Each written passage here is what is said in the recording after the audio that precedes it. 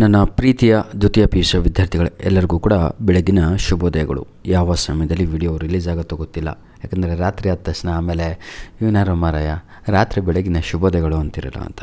Anyhow, without wasting our time, let me start this video. ಆಯಿತಾ, total ಎಲ್ಲರಿಗೂ ಕೂಡ ಕಾಣ್ತಾ ಇದೆ 13 ಪ್ರಶ್ನೆ ಪತ್ರಿಕೆಗಳನ್ನು ಒಳಗೊಂಡಂಥ ಈ ಒಂದು ವಿಡಿಯೋ ಆಗಿರುತ್ತೆ. ಇವತ್ತಿನ ದಿನ ಅಂತ ಹೇಳಿದರೆ ಲಾಸ್ಟ್ ಇಯರಿಂದ ಇಲ್ಲಿವರೆಗೂ ಟೋಟಲ್ 13 ಪ್ರಶ್ನೆ ಪತ್ರಿಕೆಗಳು ನಮ್ಮ ಕೈಗೆ ಸಿಕ್ಕಿದ್ದಾವೆ. ಒಂದೇ ಒಂದು ವರ್ಷದಲ್ಲಿ 13 ಪ್ರಶ್ನೆ ಪತ್ರಿಕೆಗಳು ಸಿಕ್ಕಿದ್ದಾವೆ ಅಂದರೆ ಅದಿಷ್ಟೇ ಸಾಕು. ಮತ್ತು ನನಗೆ 5 ವರ್ಷದ ಪ್ರಶ್ನೆ ಪತ್ರಿಕೆ ಬೇಕು ಅಂದರೆ ನಿಮ್ಮಷ್ಟು ಹುಚ್ಚರು ಯಾರೂ ಅಲ್ಲ, ಡೈರೆಕ್ಟಾಗಿ ಹೇಳ್ತಾ ಇದ್ದೀನಿ. ಈ ಲಾಸ್ಟ್ ಇಯರಿಂದ ಇಲ್ಲಿವರೆಗೂ ಏನು ಪೇಪರ್ಸ್ ಇದ್ದಾವೋ those papers are enough to get 80 out of 80. ಯಾಕೆಂದರೆ 2024-25ರಲ್ಲಿ PUC ಬೋರ್ಡ್ ವತಿಯಿಂದ 3 ಪ್ರಶ್ನೆ ಪತ್ರಿಕೆಗಳನ್ನು ಕೊಡಲಾಗಿತ್ತು, 3 ಮಾಡೆಲ್ ಕ್ವಶನ್ ಪೇಪರ್ಗಳನ್ನು ನೀಡಲಾಗಿತ್ತು. ಜೊತೆಗೆ ಅಲ್ಲಿಗೆ 3 ಆಯಿತು. ಜೊತೆಗೆ 3 ಆ್ಯನ್ಯುವಲ್ ಎಕ್ಸಾಮ್ಸ್ಗಳನ್ನು ಕಂಡಕ್ಟ್ ಮಾಡಲಾಗಿತ್ತು. ಪರೀಕ್ಷೆ 1, 2, 3 ಅಂತ ಅಲ್ಲಿಗೆ 6 ಆಯಿತು. ಅರ್ಥ ಆಯ್ತಾ? ಅದರ ಜೊತೆಗೆ 2024-25ನೇ ಇಸ್ವಿನಲ್ಲಿ 2 ಅಭ್ಯಾಸ ಪತ್ರಿಕೆಗಳನ್ನು ರಿಲೀಸ್ ಮಾಡಲಾಗಿತ್ತು. ಅಲ್ಲಿಗೆ ಎಷ್ಟಾಯ್ತು ರೀ? 8 ಆಯಿತು. ಈ ವರ್ಷ ಮತ್ತೆ ಏನು ಮಾಡಿದ್ದಾರೆ, ನಿಮಗೆ 3 ಮಾದರಿ ಪತ್ರಿಕೆಗಳನ್ನು ನೀಡಲಾಗಿದೆ. ಅಲ್ಲಿಗೆ ಎಷ್ಟಾಯಿತು? 11 ಆಯಿತು. ಜೊತೆಗೆ ಸರಣಿ ಅಂತ ಹೇಳಿದರೆ ಇಂಪಾರ್ಟೆಂಟ್ ಆಗಿರುವಂತಹ, ಅದನ್ನು ನಾವು ಸೀರೀಸ್ ಎಕ್ಸಾಮ್ ಅಂತ ಕರಿತೀವಿ. ಎಕ್ಸಾಮ್ಗಿಂತ ಮುಂಚೆ ಪ್ರಿಪೇಟರಿ ಎಕ್ಸಾಮ್ ಹೇಗೆ ಮಾಡ್ತಾರೋ ಅದಕ್ಕಿಂತ ಇಂಪಾರ್ಟೆಂಟ್ ಆಗಿರುವಂಥ ಸರಣಿ ಪ್ರಶ್ನೆ ಪತ್ರಿಕೆ ಅಂತ. ಇವೆಲ್ಲವೂ ಸೇರಿ 13 ಪ್ರಶ್ನೆ ಪತ್ರಿಕೆಗಳನ್ನು ಈ ಒಂದು ವಿಡಿಯೋದಲ್ಲಿ ನಾವು ಡಿಸ್ಕಸ್ ಮಾಡ್ತಾ ಹೋಗೋಣ. ಏನು ಮಾಡ್ತಾಯಿದ್ದೀವಿ ಅಂದರೆ 5 ಮಾರ್ಕ್ಸ್ ಎಲ್ಲವನ್ನೂ ಹೊಡಿಲೇಬೇಕು. ಇದು ಬರೀ ಬಿಟ್ಟ ಸ್ಥಳದಲ್ಲೇ ಬರುತ್ತೆ ಅನ್ಕೋಬೇಡಿ. MCQಸಲ್ಲಿ ಬರ್ಬೋದು, ಅಲ್ಲಿ ಬರ್ಬೋದು, ಎಲ್ಲಿ ಬೇಕಾದ್ರೆ ಬರ್ಬೋದು ಸರ್. ಭಾಳ ಈಸಿಯಾಗಿದೆ, ನೋಡ್ತಾ ಹೋಗೋಣ. ದ್ವಿತೀಯ PUCಯ ಕನ್ನಡ ವಾರ್ಷಿಕ ಪರೀಕ್ಷೆ 1 ಹೌದಲ್ವಾ? ನೋಡಿ, ಮಾರ್ಚ್ ತಿಂಗಳಿನಲ್ಲಿ 2024ರಲ್ಲಿ ನಡೆದಂತಹ ಪ್ರಶ್ನೆ ಪತ್ರಿಕೆಯಲ್ಲಿ ಕೇಳಿರುವಂತಹ ಬಿಟ್ಟ ಸ್ಥಳಗಳು: ವಾಲ್ ಪೇರ್ನ ದುರಂತ, ಮೂಲ ಬೀಜಗಳು ಡ್ಯಾಶ್ ರೂಪದಲ್ಲಿ ಬಂದವು, ಚಹಾ ಗಿಡದ ರೂಪದಲ್ಲಿ ಬಂದವು, ಸ್ಥಳೀಯ ಭಾಷೆ ಕಲಿಯದ ಅನ್ಯ ಭಾಷಿಗರು ಡ್ಯಾಶ್ ಉಳಿಯಬೇಕಾಗುತ್ತದೆ, ದ್ವೀಪ ಜೀವಿಗಳಾಗಿ ಉಳಿಯಬೇಕಾಗುತ್ತದೆ, ಭೂಮಿಯ ಮೇಲಿನ ಮೊದಲ ವಿಜ್ಞಾನಿ ಯಾರು? ಅದು ಮಗುವಾಗಿರುತ್ತೆ. ಯಾಕೆ ಹೇಳಿ? ಹುಡ್ತಾ ಇದ್ದಂಗೆ ಪ್ರಶ್ನೆಯನ್ನು ಕೇಳ್ತಾ ಹೋಗುತ್ತೆ. ಶೇಷನು ರಾಮಾಯಣದ ಕಥೆಯನ್ನು ಡ್ಯಾಶ್ನಿಗೆ ಹೇಳಿದನು. ಯಾರಿಗೆ ಹೇಳ್ತಾರೆ? ವಾತ್ಸಾಯನಿಗೆ. ವೀರೇಂದ್ರ ಸಿಂಪಿಯವರು ಹೇಳುವ ಹಳ್ಳಿಯ ಚಹಾ ಹೋಟೆಲಿನ ಹೆಸರು ಚಂದ್ರಭವನ. ಕ್ಲಿಯರ್? ಬನ್ನಿ, ವಾರ್ಷಿಕ ಪರೀಕ್ಷೆ 2, 2024 ಡ್ಯಾಶ್ ಕನ್ನಡದ ಮೊದಲ ಕಲಿತು ಅಲ್ವಾ ಶ್ರೇಷ್ಠ ವಿಜ್ಞಾನಿ ಯಾದವರು ಅಂತ ಇದೆ. ಕನ್ನಡವನ್ನು ಕಲಿತು ಯಾರದು? ಡಾಕ್ಟರ್ CNR ರಾವ್ರವರು ಆಗಿರ್ತಾರೆ. ಇದು ಒಂದು ಕಡೆ ರಿವಿಷನು ಅಂತ ನೋಡ್ಕೊಳ್ಳಿ. ಸುಮ್ಮನೆ ಟೈಮ್ ಪಾಸ್ ಮಾಡಿ ಅಷ್ಟು ಹೋಗ್ಕೊಂಡು ಪೇಪರ್ ಹುಡ್ಕೋಕ್ಕಿಂತ ಎಲ್ಲ ಒಂದೇ ವಿಡಿಯೋದಲ್ಲಿ ಕ್ಲಿಯರ್ ಆಗುತ್ತೆ. ದಣಿಗಳ ತೋಟದ ಪಕ್ಕದಲ್ಲಿ ಹರಿಯುತ್ತಿದ್ದ ಹೊಳೆ ಯಾವುದು? ಶಾಂಭವಿ ಅಂತ. ಭೂಮಿಯ ಮೇಲಿನ ಮೊದಲ ವಿಜ್ಞಾನಿ ಮಗು ಅಂತ. ಕನ್ನಡದ ಕಸ್ತೂರಿಯಲ್ಲವೇ ಎಂದವರು ಮನೋರಮೆ. ಡ್ಯಾಶ್ ಕಲಿಯುಗದ ಅಮೃತ, ಅದು ಚಹಾ ಆಗಿರುತ್ತದೆ. ಆಯಿತಾ? ದ್ವಿತೀಯ PUC ಕನ್ನಡ ವಾರ್ಷಿಕ ಪರೀಕ್ಷೆ 3, 2024 ಅಂದರೆ ಲಾಸ್ಟ್ ಇಯರ್ 25ರಲ್ಲಿ ನಡೆದಂತಹ ಒಂದು 25 ಎಲ್ಲವೂ 24-25 ಇಯರ್ ಆಯಿತಾ ನಡೆದಂತಹ ಪ್ರಶ್ನೆ ಪತ್ರಿಕೆ ಎಕ್ಸಾಮ್ 3. ಬನ್ನಿ ಸರ್. ಕೊನೆಗೆ ಬಸಲಿಂಗ ಡ್ಯಾಶ್ಗಳಿಂದ ಮುಕ್ತನಾಗಿದ್ದ, ಸುಳ್ಳುಗಳಿಂದ ಮುಕ್ತನಾಗ್ತಾನೆ. Clear all of you? ಹೀಗೆ ಬದುಕು ಡ್ಯಾಶನ್ನು ಬಿಟ್ಟು ಇರುವುದಿಲ್ಲ, ಭಾಷೆ ಎನ್ನುವುದು ಬಿಟ್ಟೇ ಇರುವುದಿಲ್ಲ. ದಣಿ ಎಂದಿಗೂ ಯಾರ ಮಕ್ಕಳನ್ನು ಅವರು ನಂಬುವುದಿಲ್ಲ, ಒಕ್ಕಲ ಮಕ್ಕಳನ್ನು ನಂಬುವುದೇ ಇಲ್ಲ. ವಿಜ್ಞಾನದ ಅಡಿಪಾಯ ಏನು? ಪ್ರಶ್ನೆಯನ್ನು ಕೇಳುವುದು ಕಣ್ರಿ. ಲೇಖಕರು ಹೇಳುವ ಹಳ್ಳಿಯ ಹೋಟೆಲಿನ ಹೆಸರು ಚಂದ್ರಭವನ. ನೀವೇ ನೋಡ್ಬೋದು ಮಕ್ಕಳೇ. ಎಕ್ಸಾಮ್ 1, 2, 3 ಪೇಪರ್ ನೋಡಿದ್ವಿ, ಅದರಲ್ಲೇ 3 ಕ್ವಶನು ರಿಪೀಟ್ ಆಗಿದ್ದಾವೆ. ಸ್ವಲ್ಪ ಕಲೀರಿ. ಪ್ರಶ್ನೆ ಪತ್ರಿಕೆ 1 ಯಾವುದು? ಮಾದರಿ model question paper 1 for this academic year 2025-26. ವಾಲ್ಫೇರ್ನ ಮಧ್ಯದಲ್ಲಿ ಡ್ಯಾಶ್ ತೋಟವಿದೆ. ಯಾವುದು? ಪುದು ತೋಟಂ. ತಮ್ಮ ರಾಜ್ಯದಲ್ಲಿ ತಾವೇ ತಬ್ಬಲಿಗಳಾಗುತ್ತಿರುವುದು ಡ್ಯಾಶ್ ಕನ್ನಡಿಗರು ಕಣ್ರಿ. ಯಾಕೆಂದರೆ ಎಲ್ಲ ಬೇರೆ ಬೇರೆ ಕಡೆಯಿಂದ ಆಯಿತಾ ವಲಸೆ ಬರುತ್ತಿದ್ದಾರೆ. ದಣಿಗಳು ಹೊಳೆತ್ತಲು ಡ್ಯಾಶ್ ಸೂಚಿಸಿದರು ಕುದುಪನಿಗೆ. ಕಲಾಂ ಅವರು ಡ್ಯಾಶ್ ವಿಶ್ವವಿದ್ಯಾಲಯದಲ್ಲಿ ಸಂದರ್ಶಕ ಪ್ರೊಫೆಸರ್ ಆಗಿದ್ದರು. ಯಾವುದು? ಅಣ್ಣಾಮಲೈ. ಬಾಯಿ ಚಪಲ ಡ್ಯಾಶ್ ಜಾಸ್ತಿ ಇರುತ್ತದೆ. ಪೆನ್ಷನ್ದಾರರಿಗೆ, ಯಾರಿಗೆ ಪೆನ್ಷನ್ ಬರ್ತಾ ಇರುತ್ತೋ ಅಂಥವ್ರು ಎಲ್ಲೋದ್ರು ಏನು ಬೇಕಾದ್ರೆ ತಗೊಂಡು ಒಟ್ಟು ಜೇಬ್ನಾಗ ತುಂಬಿಕೊಂಡು ಹಾಕಂತ ಇರ್ತವ್ರೆ. ಮಾಡಲ್ ಕ್ವಶನ್ ಪೇಪರ್ 2 ಈ ವರ್ಷದ್ದು. ಡ್ಯಾಶ್ ಬಗ್ಗೆ ತಿಳಿಯಲು ಲೇಖಕಿ ಕಮಲಮ್ಮ ಮೇಡಮ್ ಅವರನ್ನು ಭೇಟಿ ಮಾಡಿದರು. Kidney stone. ಸ್ಥಳೀಯ ಭಾಷೆ ಕಲಿಯದ ಅನ್ಯ ಭಾಷಿಗರು ಡ್ಯಾಶ್ಗಳಾಗುತ್ತಾರೆ, ದ್ವೀಪಜೀವಿಗಳಾಗುತ್ತಾರೆ. ಅಂದರೆ ಅನ್ನೋನ್ ಅಂತ. ದ್ವೀಪ ಅಂದ್ರೇನು? ಒಂದು ದೇಶವನ್ನು ಬಿಟ್ಟು ಇರುವಂಥದ್ದು ಸಪ್ರೇಟಾಗಿ, ಹೌದಲ್ವಾ? ಎಲ್ಲ ಕಡೆ ನೀರು, ಐಲ್ಯಾಂಡ್. ದಣಿ ಎಂದಿಗೂ ಯಾರನ್ನು ನಂಬುವುದಿಲ್ಲ, ಮಕ್ಕಳನ್ನು ನಂಬುವುದಿಲ್ಲ. ವಿಜ್ಞಾನದ ಅಡಿಪಾಯ ಪ್ರಶ್ನೆಗಳನ್ನು ಕೇಳುವುದು. ಮನೋರಮೆ ಡ್ಯಾಶ್ ಕತೆ ಹೇಳಬೇಕೆಂದು ಕೇಳಿದಳು. ಶ್ರೀ ರಾಮಶ್ವಮೇಧ ಅಂತ. ಮನೋರಮೆ ಮತ್ತು ಏನರಿ ಮುದ್ದಣ್ಣ ಮತ್ತು ಮನೋರಮೆಯರ ಸರಸ ಸಲ್ಲಪ್ಪ, ಹೆಂಗಿದೆ ರೀ ಅದು. ಬನ್ನಿ, ಮಾಡಲ್ ಕ್ವಶನ್ ಪೇಪರ್ 3ನಲ್ಲಿ ಈ ವರ್ಷ ಏನೆಲ್ಲ ನಿಮ್ಮ ಪ್ರಾಕ್ಟೀಸಿಗಾಗಿ ಕೊಟ್ಟಿದ್ರು ಅಂತ ನೋಡ್ತಾ ಹೋಗೋಣ. ಮುಟ್ಟಿಸಿಕೊಂಡವನು ಕಥೆಯಲ್ಲಿ ಬರುವ ಸರ್ಕಾರಿ ವೈದ್ಯರ ಹೆಸರು ಡ್ಯಾಶ್ ತಿಮ್ಮಪ್ಪ. ಡ್ಯಾಶ್ ಇವರು ಮಾರ್ಷ್ನ ಜೊತೆಗಾರನ ಹೆಸರು ಪೋಣಜ್ಜಿ. ದಣಿಗಳು ಮನೆಯ ಪಕ್ಕದಲ್ಲಿ ಹರಿಯುತ್ತಿದ್ದ ಹೊಳೆ ಯಾವುದು? ಶಾಂಭವಿ. ಕರೆಕ್ಟಾಗಿ ಎಲ್ಲ ನೋಡಿದರೆ ಒಂದು 6 ಪ್ರಶ್ನೆಗಳು ತಿರ್ಗಾ ಮುರುಗಾ ಅವೇ ಕೇಳ್ತಾ ಇದ್ದಾರೆ. ಡ್ಯಾಶ್ ಅವರು ಕಲಾಂ ಅವರನ್ನು ಶಾಲೆಗೆ ಕಳಿಸುವಂತೆ ಪ್ರೇರೇಪಿಸಿದರು. ಶಿವಸುಬ್ರಹ್ಮಣ್ಯ ಅಯ್ಯರವರು. ಕನ್ನಡದ ಕಸ್ತೂರಿಯಲ್ಲವೇ ಎಂದವರು ಯಾರು? ಮನೋರಮೆಯವರು. ಬನ್ನಿ, ಈಗ ಪ್ರಾಕ್ಟೀಸ್ ಪೇಪರ್ ಇದಾವಲ್ವಾ, ಅದನ್ನು ಸ್ವಲ್ಪ ನೋಡ್ತಾ ಹೋಗೋಣ. ಅದೃಷ್ಟದ ಪ್ರಶ್ನೆ ಬಂದಾಗ ಲೇಖಕಿಗೆ ಡ್ಯಾಶ್ ನೆನಪಾಗುತ್ತಾಳೆ. ಏನು? ಸೀತಾ. ಕನ್ನಡಿಗರು ತಮ್ಮ ರಾಜ್ಯದಲ್ಲಿ ತಾವೇ ಡ್ಯಾಶ್ಗಳಾಗುತ್ತಿದ್ದಾರೆ, ತಬ್ಬಲಿಗಳಾಗುತ್ತಿದ್ದಾರೆ. ಕಲಾಂ ಅವರ ರಾಷ್ಟ್ರಪತಿ ಸ್ಥಾನಕ್ಕೆ ಆಯ್ಕೆಯಾದ ಸುದ್ದಿ ತಿಳಿದಾಗ ಅವರು ಡ್ಯಾಶ್ ಎಲ್ಲಿದ್ದರು? ಚೆನ್ನೈನಲ್ಲಿದ್ದರು. ದಣಿಗಳು ಹೊಳೆಯುತ್ತಲೇ ಡ್ಯಾಶ್ ಸೂಚಿಸಿದರು, ಕದುಪನಿಗೆ ಸೂಚಿಸಿದರು.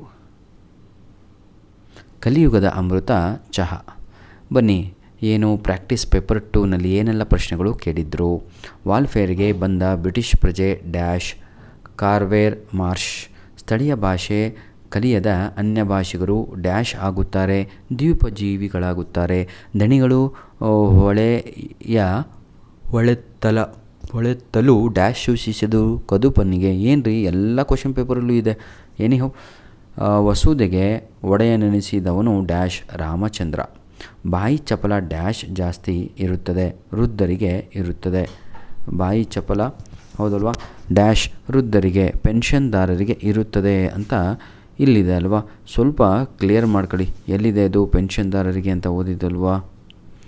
ಪೆನ್ಷನ್ ತಾಳಿ ಮಕ್ಕಳ. ಹಾಂ, ಬಾಯಿ ಚಪಲ ಡ್ಯಾಶ್ ಜಾಸ್ತಿ ಇರುತ್ತದೆ, ಅದು ಪೆನ್ಷನ್ದಾರರಿಗೆ ಅನ್ನುವಂಥದ್ದೇ ಸರಿಯಾದ ಉತ್ತರ. 5ನೇಯದು. ಇಲ್ಲಿ ಇದು ತಪ್ಪಾಗಿದೆ ಅಂದ್ಕೊಂಡಿದ್ದೀನಿ, ಆಯಿತಾ? ಅಂದರೆ ಆಪ್ಷನ್ ಕೊಟ್ಟಿರಲಿಲ್ಲೇನೋ ಅಂತ ಅಂದ್ಕೊಂಡಿದ್ದೀನಿ, ಹಾಗಾಗಿ ಇದಿದೆ, ಅದು ಕೂಡ ನೆನ್ಪಿಟ್ಕೊಳ್ಳಿ. ಬಿಟ್ಟ ಸ್ಥಳಗಳಿಗೆ ಆವರಣದಲ್ಲಿ ಕೊಟ್ಟಿರುವ ಉತ್ತರಗಳನ್ನು ಸೂಕ್ತವಾದದ್ದನ್ನು ಆರಿಸಿ ಬರೆಯಿರಿ. ಹಾಗಿದ್ದರೆ ಇದಿಷ್ಟೇ ಬರುತ್ತಾ? ಇಷ್ಟ ತನಕ ಅಪ್ಲೋಡ್ ಮಾಡಿದ್ದು ಎಕ್ಸಾಮಿಂದಲ್ವಾ? ನೋಡಿ ವಿದ್ಯಾರ್ಥಿಗಳೇ, ಈಗ ಚಾಪ್ಟರ್ ವೈಸು ಇಲ್ಲಿ ಕೆಲವೊಂದು ಚಾಪ್ಟರ್ ವೈಸು ಏನು ಬಿಟ್ಟ ಸ್ಥಳ ಯಾವುದು ಬರ್ಬೋದು ಅನ್ನೋದನ್ನು, ಯಾಕಂದರೆ ಒಂದು 3 ರಿಪೀಟ್ ಆಗ್ಬೋದು, ಇನ್ನು 2. ಹಾಗಾಗಿ ಬಸವಲಿಂಗನ ಯಾವುದಿದು ಮುಟ್ಟಿಸಿಕೊಂಡವನು ಆ ಒಂದು ಭಾಗದಿಂದ ಬಿಟ್ಟ ಸ್ಥಳ. ಬಸವಲಿಂಗನ ಹೆಂಡತಿಯ ಹೆಸರು ಏನಾಗಿತ್ತು? ಸಿದ್ಲಿಂಗಿ. ಬಸವಲಿಂಗನಿಗೆ ಕಾಣಿಸಿಕೊಂಡ ತೊಂದರೆ ಯಾವುದು? ಕಣ್ಣು ನೋವು. ಬಸವಲಿಂಗನ ಏನಿದು ಕಾಯಿಲೆ ದೇಹದ ಮಟ್ಟದಿಂದ ಜಾಸ್ತಿ ಸ್ತರವನ್ನು ತಲುಪತೊಡಗಿತ್ತು, ಅದು ಏನು? ಮಾನಸಿಕ. ತನ್ನ ಉಡಾಫೆಗೆ ಶೈಲಿಯಲ್ಲಿಯೇ ಬಸವಲಿಂಗ ಡ್ಯಾಶರನ್ನು ನೋಡಿದನು. ಡಾಕ್ಟರ್ ತಿಮ್ಮಪ್ಪ. 5ನೇಯ ಪ್ರಶ್ನೆ. ಕೊನೆಗೆ ಬಸವಲಿಂಗ ಡ್ಯಾಶ್ಗಳಿಂದ ಮುಕ್ತನಾಗಿದ್ದ, ಸುಳ್ಳುಗಳಿಂದ. ವಾಲ್ಫೇರ್ ಡ್ಯಾಶ್ ತಂದ ದುರಂತ. ವಾಲ್ಫೇರ್ ಪಾಠ, ಆಯಿತಾ? ಬಂದ ಬ್ರಿಟಿಷ್ ಪ್ರಜೆ ಯಾರು? ಕಾರ್ವೇರ್ ಮಾರ್ಷ್. ಡ್ಯಾಶ್ರಲ್ಲಿ ಮಾರ್ಷ್ ವಾಲ್ಫೈರಿಗೆ ಬಂದನು. 1890. ಮಾರ್ಷ್ನ ಜೊತೆಗಾರನ ಹೆಸರು ಪೋಣಜ್ಜಿ. ವಾಲ್ಫೈರ್ ಮಧ್ಯದಲ್ಲಿರುವ ತೋಟದ ಹೆಸರು ಪುದುತೋಟಂ. 5ನೇಯ ಪ್ರಶ್ನೆ. ವಾಲ್ಫೇರ್ನಲ್ಲಿ ಡ್ಯಾಶ್ರು ಹೋರಾಟಕ್ಕೆ ಸಜ್ಜಾಗಿದ್ದರು, ಕಾರ್ಮಿಕರು. ಕೆಂಪು ಪೆಟ್ಟಿಗೆ ಸೇರಿದ ಪ್ರಾಣಿ ಯಾವುದು? ಸಿಂಹಬಾಲದ ಕೋತಿ. ವಾಲ್ಫೇರ್ನ ದುರಂತ ಮೂಲ ಬೀಜಗಳು ಡ್ಯಾಶ್ ರೂಪದಲ್ಲಿ ಬಂದವು, ಚಹಾ ಗಿಡದ ರೂಪದಲ್ಲಿ ಬಂದವು. ಆಯ್ಕೆ ಇದೆ ನಿಮ್ಮ ಕೈಯಲ್ಲಿ. ಆ ಒಂದು ಪಾಠದಿಂದ ಏನೆಲ್ಲ ಬಂದಿದೆ ನೋಡೋಣ. ಲೇಖಕಿಯ ಪತಿ ಡ್ಯಾಶ್ ತೊಂದರೆಯಿಂದ ಬಳಲಿದ್ದರು. ಯಾವುದು? Kidney stone. ಲೇಖಕಿ ಸಂಶೋಧನೆಗೆಂದು ಸೇರಿದ ಏನಿದು ಇನ್ಸ್ಟಿಟ್ಯೂಟಿನ ಹೆಸರು? ಅದು ಟಾಟಾ ಇನ್ಸ್ಟಿಟ್ಯೂಟ್. ಮುಂಬೈನ ಪ್ರಸಿದ್ಧ ನ್ಯಾಯವಾದಿಯಾದವರು ಡ್ಯಾಶ್ ಫ್ಲೆಮಿಯಾ. ಅದೃಷ್ಟದ ಪ್ರಶ್ನೆ ಬಂದಾಗ ಲೇಖಕಿಗೆ ಡ್ಯಾಶ್ ನೆನಪಾಗುತ್ತಿತ್ತು? ಸೀತಾ ನೆನಪಾಗುತ್ತಿತ್ತು. ದುರಾಸೆಯ ಹುಡುಗನನ್ನು ನಿರಾಕರಿಸಿದವರು ನಿಶಾ ಶರ್ಮಾ. ಕನ್ನಡವನ್ನು ಕಟ್ಟುವ ಕೆಲಸ. ಸ್ಥಳೀಯ ಭಾಷೆ ಕಲಿಯದ ಅನ್ಯ ಭಾಷಿಗರು ಡ್ಯಾಶ್ ಆಗುತ್ತಾರೆ, ದ್ವೀಪ ಜೀವಿಗಳಾಗುತ್ತಾರೆ. ಕನ್ನಡದ ಮೊದಲ ಕಲಿತು ಶ್ರೇಷ್ಠ ವಿಜ್ಞಾನಿಯಾದವರು ಯಾರು? CNR ರಾವ್. ಕನ್ನಡಿಗರು ಡ್ಯಾಶ್ ವಿಷಯದಲ್ಲಿ ಭೀತಿಗೊಂಡಿದ್ದಾರೆ. ಉದ್ಯೋಗ. ಡ್ಯಾಶ್ ಪ್ರಶ್ನೆ ನಮ್ಮಲ್ಲಿ ಬಗೆಹರಿಯಲಾರದ ಸಮಸ್ಯೆಯಾಗಿದೆ. ಅದು ಮಾಧ್ಯಮ. ತಮ್ಮ ರಾಜ್ಯದಲ್ಲಿ ತಾವೇ ತಬ್ಬಲಿಗಳಾಗುತ್ತಿದ್ದವರು ಯಾರು? ಕನ್ನಡಿಗರು. 2 ಸಲ ಬಂದಿದೆ ಅಲ್ವಾ. ಬದುಕು ಡ್ಯಾಶನ್ನು ಬಿಟ್ಟು ಇರುವುದಿಲ್ಲ. ಅದು ಭಾಷೆ. ಪ್ರತಿಯೊಬ್ಬ ಕನ್ನಡಿಗನು ಪ್ರತಿಯೊಂದು ಅಂಗುಲದಲ್ಲಿಯೂ ಡ್ಯಾಶ್ ಆಗಬೇಕು, ಕನ್ನಡಿಗನಾಗಬೇಕು. ಧನ್ಯವಾದಗಳು ವಿದ್ಯಾರ್ಥಿಗಳೇ. God bless you all. ಇದೇ ರೀತಿಯಾಗಿ ಮುಂದೆ ಲಾಸ್ಟ್ ಪಾಠದಲ್ಲಿದ್ದೇವೆ. ದಣಿಗಳ ಬೆಳ್ಳಿ ಲೋಟ. ದಣಿಗಳ ಹೆಸರು ಡ್ಯಾಶ್ ವೆಂಕಪ್ಪಯ್ಯ. ದಣಿ ಎಂದಿಗೂ ಡ್ಯಾಶ್ ನಂಬುವುದಿಲ್ಲ, ಒಕ್ಕಲ ಮಕ್ಕಳನ್ನು ನಂಬುವುದಿಲ್ಲ.